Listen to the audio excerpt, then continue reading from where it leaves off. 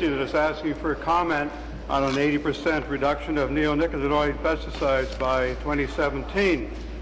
Now, the grain farmers of Ontario project this ban will cost them $630 million a year. But Health Canada has said there is no conclusive scientific evidence that this ban will cut bee mortality rates. Your government said it would only take action if there was conclusive scientific evidence that neonics are a problem, yet in a scrum yesterday your Minister of the Environment said, and I quote, "All of the science is inconclusive." Premier, why are you cutting neonics by 80% and hurting farmers without the conclusive research evidence necessary to back it up? Question. Thank you, Premier. Thank you very much, Mr. Speaker. And I want to thank the member opposite for the question. This is a very important issue. Of course it is important to our grain and oilseed farmers, Mr. Speaker. It is important for beekeepers across the province. But, Mr. Speaker, there is a much greater issue here.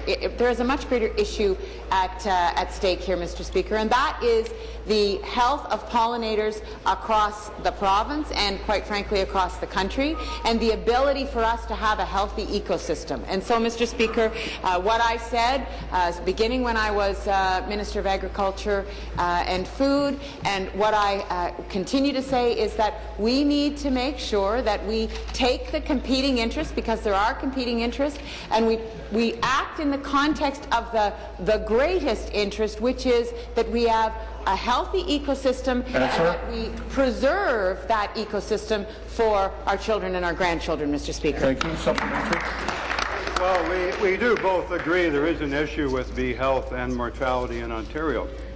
In fact, you took the initiative, you created the Bee Health Working Group to study the problem, and when the group reported, they didn't recommend a ban, they didn't recommend a reduction of neonics. What they did recommend were new best practices for using neonics during planting, because the planting process is when the insecticide can be transferred through airborne dust.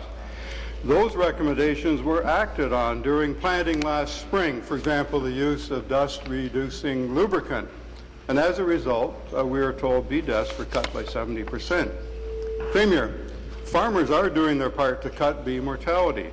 Why punish them for the progress they have achieved? Thank you, Mr. Speaker. Well, and I know that the Minister of Environment and Climate Change will want to speak to this, but let me just say that we know that Ontario's economy is driven by a strong agricultural sector.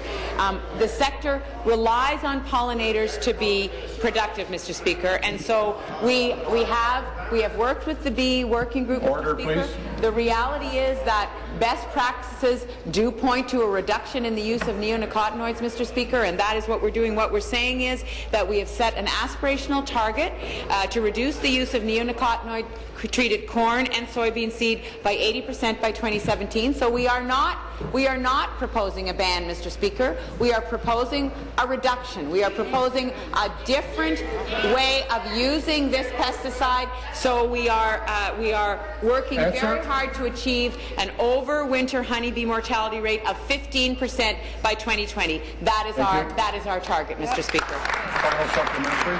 The member from Huron-Bruce. Back to the Premier. I used to work for OMAFRS, Premier. I remember the extensive pest management training. I remember the efforts that went into educating and encouraging farmers to embrace conservation tillage. Today, in 2014, Premier, farmers are doing their best. It's the norm for them to have environmental farm plans. You should know that as a former Minister of Agriculture. Ontario farmers are outstanding environmental stewards. Order, please. And now, seemingly, you're asking them to go back in time, using conventional tillage practices and pesticides that are more harmful to the environment. So, Premier, going backwards is not an option for Ontario farmers. So I ask you today, what is the alternative practice that you're going to encourage them? Well, Mr. Speaker, I would ask the member opposite, what is the alternative if we lose our pollinators? And the fact is, Mr. Speaker, that we are going to work with the farmers. I have had many conversations with the head of the grain and oilseed farmers, Mr. Speaker. I understand the concerns, and I have committed to continue to work with them. We have set some aspirational targets to change the That'll do.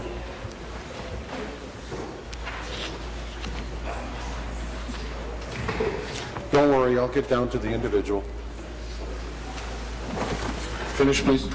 We have set some aspirational targets, Mr. Speaker. There is time to continue to work with the farmers. They know that. I've had person-to-person conversations with them. I will be meeting many of them tomorrow, Mr. Speaker. But the practices do need to change, Mr. Speaker, and we're going to work with them to make sure that they do. Thank you. New question, the member from Prince Edward Hastings.